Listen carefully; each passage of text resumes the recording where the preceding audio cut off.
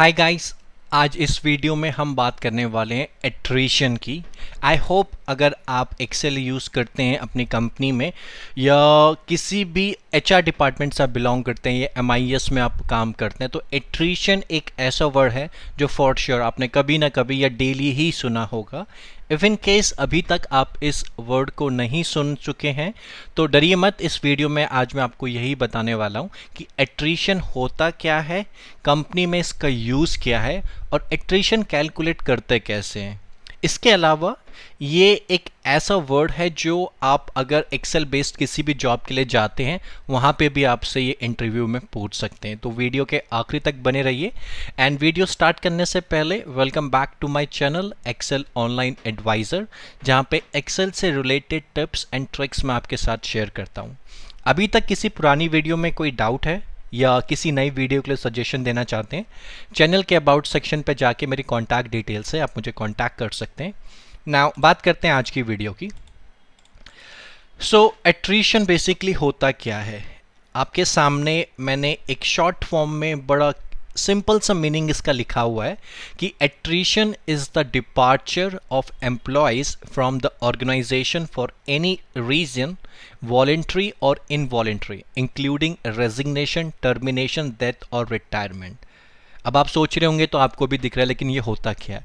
एक कंपनी से जब एक एम्प्लॉय जाता है किसी भी रीज़न से, एम्प्लॉय कंपनी खुद भी छोड़ सकता है क्योंकि उसको किसी दूसरी कंपनी में अच्छी नौकरी मिल गई है, या कंपनी के एचआर उसे खुद निकाल देते हैं।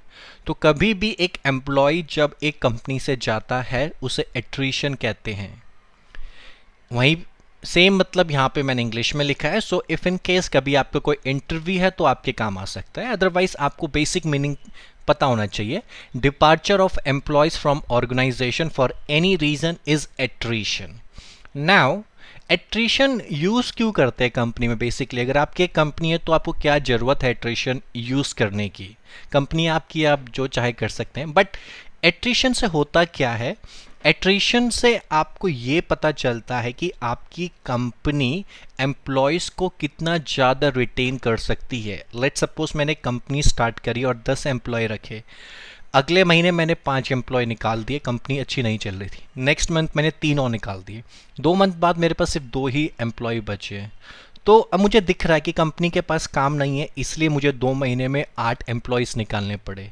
नेक्स्ट टाइम अगर मुझे कोई एम्प्लॉय चाहिए हायरिंग के लिए तो जो करंट एम्प्लॉयज़ हैं वो चेक करेंगे कि यार हमने तो जब ज्वाइन किया था तब 10 थे, अब 2 रह गए, अब कंपनी पे काम आ रहा है तो कंपनी हमें कह रही है कि और एम्प्लॉयज़ लेके आओ। इस केस में कंपनी के जो करंट एम्प्लॉयज़ 2 बच्चे हैं उनकी अंडरस्टैंडिंग भी ये होती है कि कंपनी के पास उतना फ्रिक्वेंटली काम है नहीं, कंपनी के जो एम्प्लॉयज़ हैं या तो कंपनी निकाल देती है या खुद छोड़ जाते हैं, इसलिए वो भी कोशिश नहीं करेंगे कि अपने किसी फ्रेंड्स या कलीग्स को कंपनी में लाने की। ये मैंने बहुत सिंपल मीनिंग आपको बता दिया।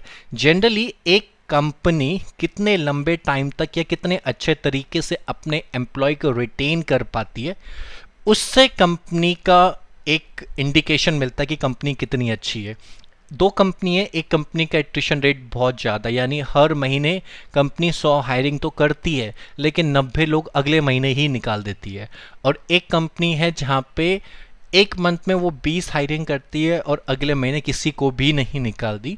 तो जिस कंपनी का एट्रिशन रेट कम होता है वो कंपनी फॉर श्योर ऐसा माना जाता है कि लंबे टाइम तक टिकी रहती है मार्केट में। नाउ इसे कैलकुलेट कैसे करते हैं? आपके सामने एक डेटा है जहाँ पे मैंने जैन से अगस्त के महीने के opening count and closing count means Jain की 1 तारीख को कंपनी के पास 50 एम्प्लॉय थे एंड लास्ट डे पे यानी 31 पे 49 एम्प्लॉयज़ रह गए, यानी एक एम्प्लॉय कंपनी से निकल गए या निकाल दिए। एट्राइट जो है 1। सिमिलरली हर मंथ का आप यहाँ पे देख पा रहे हैं। अब एट्रिशन परसेंटेज चेक करने के लिए मुझे क्या करना है, जितने एम्प्लॉय निकले हैं डिवाइडेड बाय एवरेज लेना है, ओपनिंग काउंट और क्लोजिंग काउंट। एवरेज मतलब opening count plus closing count divided by 2। And simply इसको मैं नीचे स्क्रॉल कर दूंगा तो एट्रिशन मेरे पास आ गया। नाउ हर कंपनी का एक टारगेट रहता है बेसिकली, क्योंकि कंपनी का सीईओ तो देखेगा नहीं कि कितनी एट्रिशन है, तो वो आगे चल के जो मैनेजर्स होते हैं या असिस्टेंट मैनेजर, उनको एक फिक्स परसेंटेज देता है। ये चीज़ें बेसिकली एचआर देखता है। लेट सपोज कंपनी का एट्रिशन परसेंटेज एचआर कहता है कि 3% के अंदर होना चाहिए, तो जैन फैब मार्च 3% से नीचे एट्रिशन है, लेकिन आप जून में देखेंगे तो 7.14% एंड अगस्त में 16.67%। तो बेसिकली इन 2 मंथ्स पे एचआर सवाल कर सकता है मैनेजर से या असिस्टेंट मैनेजर से कि कंपनी के इतने एम्प्लॉयज़ कंपनी क्यों छोड़ रहे हैं। बेसिकली प्रोसेस में कोई लूप होल्स है या किसी अदर रीज़न से एनएचआर उसके ऊपर काम कर सकता है। ये थी दूसरी बात। वीडियो का जो मेन टॉपिक था कि एट्रिशन कैलकुलेट कैसे करते हैं, आई होप इस वीडियो के थ्रू आपको वो समझ आया होगा। नाउ सिमिलरली एक डैशबोर्ड मैं आपको यहाँ पे शो करता हूँ। एक अटेंडेंस डैशबोर्ड है जो कि मे बी आपने भी कभी यूज़ किया होगा। इसमें weekly and monthly, let suppose मैंने मंथ टिल डेटा यानी जितनी भी इसमें एंट्री है उसकी कंप्लीट एट्रिशन में अगर चेक करता हूँ, ये डेटा जो है, इस डेटा का जो कंपनी बेस है उसके अकॉर्डिंग कंपनी के पास 4 शिफ्ट है। मॉर्निंग की शिफ्ट आपको देख पा रही है और इवनिंग की भी एक शिफ्ट है।